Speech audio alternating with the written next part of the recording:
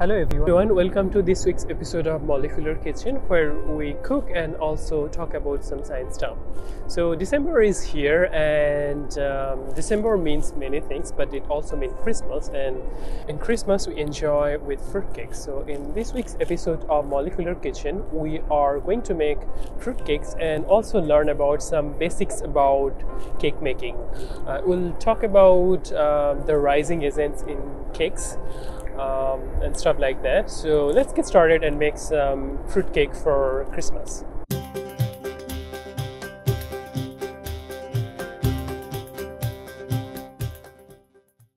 Today, as you can see, we are up to making a cake. So to make a cake, we'll start with the basics of the cake making. For that, we need some kind of flour. I have taken all-purpose flour or maida, and we need sugar, right? We don't like any cake that's not sweet. Then 1 cup of sugar and 2 cups of all-purpose flour. You can take any flour you like. That's the dry ingredient we need first. Then we need some kind of moisture in the cake. For that, I have half a cup of milk and half a cup of oil. That's the two things. If you want, you can use butter instead. And when we are mixing everything together, we need something to make the cake rise, right? The fluffy cake. How to make the cakes really soft and fluffy? There are many ways to do that. First of all, there is mechanical way. If you whip the egg whites really quickly, and then it will produce the bubbles, right? And these bubbles are basically pockets of carbon dioxide. And when you mix this with your dough and bake it, it will rise and make the cake really soft and fluffy. And there is this biological way. Yeast and other organisms ferment sugar into alcohol and carbon dioxide, and these carbon dioxide is basically then used to make the cake and other kind of like breads really soft and fluffy. And their third option is the chemical way. So for that, you need either baking soda or baking powder. Baking soda contains this compound sodium bicarbonate, and baking powder contains sodium bicarbonate and some kind of acidic compounds, for example potassium bitartrate. Now, when sodium bicarbonate and potassium bitartrate are in solid form, they do not react actually. But when they are in contact with water, they start forming carbon dioxide. And as you know, the carbon dioxide is a gas, and gas takes much more volume than solid or liquid. And that makes the cake really soft and fluffy and really enjoyable. Now, if you have baking soda, then if you're using baking soda to make cakes, then you need to add some kind of acidic components. You can add some household items, for example lemon that has citric acid. You can use vinegar that contains acetic acid, or you can use yogurt that contains lactic acid. So when you mix these with sodium bicarbonate or your baking soda, it will produce carbon dioxide, and that will help to rise your cake.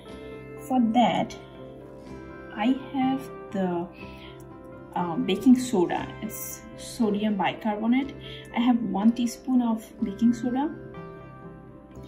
What this will do is this one will make the cake fluffy, and to get the baking soda activate, you need some kind of acid, something that's acidic. You can use yogurt or lime juice or lemon juice, anything. I am using 4 teaspoons of yogurt or curd. If you are using lime juice, you can use 2 or 2.5 teaspoons of lime juice. This is everything I need for the eggless cake. Egg will also help the cake fluffier, and this will give the cake a body, the structure, right? The height, the weight, and a texture to the cake. If you want to make it eggless, this is all you have in here: the sugar, flour, oil, milk, baking soda, and something acidic.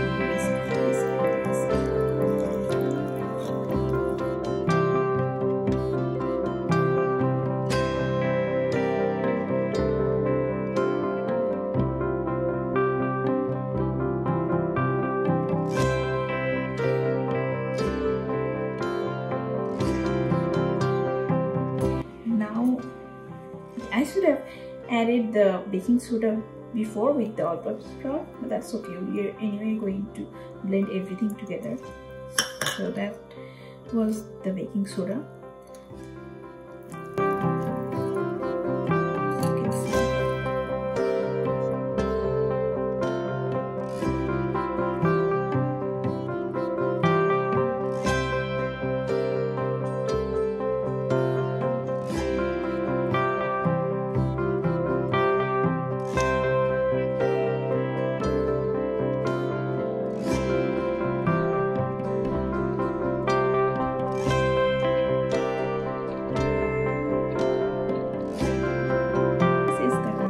I like for my cake. So there are different types of cakes for super moist or moist cake, or the basic white cakes. In cooking you can go as far as your imaginations go, but for baking you need to stick to something like the basics. You need to know the basics and the basic techniques, and also you need to follow some kind of recipes, measurements. And I'm not a good person like following any recipe. That's why I am really nerve-wracked when it comes to baking. The eggless cake batter is ready. You can add vanillas, anything, any kind of nuts, dry. Oh wow, it started bubbling. See? I want to make an eggless cake. Here it is. But now the with egg part, I am going to crack the eggs in it right now. Any vanilla or anything in this cake, because I am making it for the holidays. I grew up eating the fruit cake every year for Christmas. That will be starting with the basics.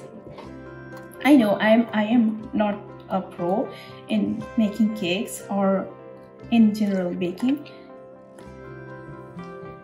and there are people out there who are nervous when it comes to baking. So I wanted to just show them that it's not really difficult, just to encourage people that it's doable. It's not really hard thing. It's just some things to follow, and then it would be good. I have some raisins and cashews, and this is the fruit mix, dry fruit mix. We call it tutti frutti.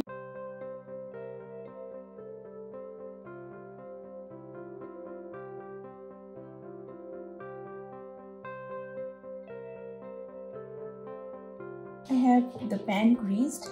You can use any pan if you have in hand. Any kind of metal will do. This is really bubbly now.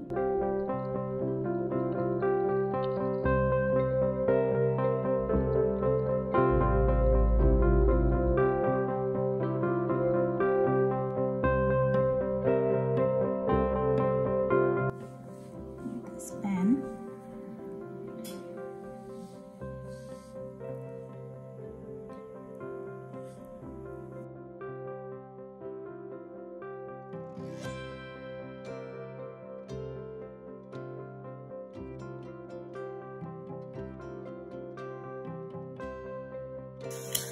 Now let's see if this thing is ready or not.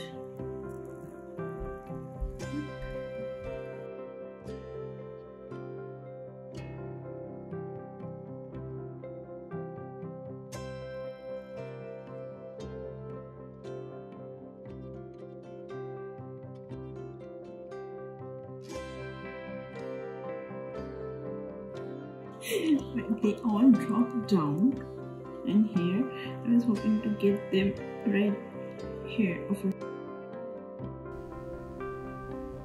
But it looks really fluffy and well cooked, and there are some dry fruits in the middle too. Looks good. We'll enjoy it, and if you are making, please let us know how it turned out. That will motivate us. Hope you liked our videos.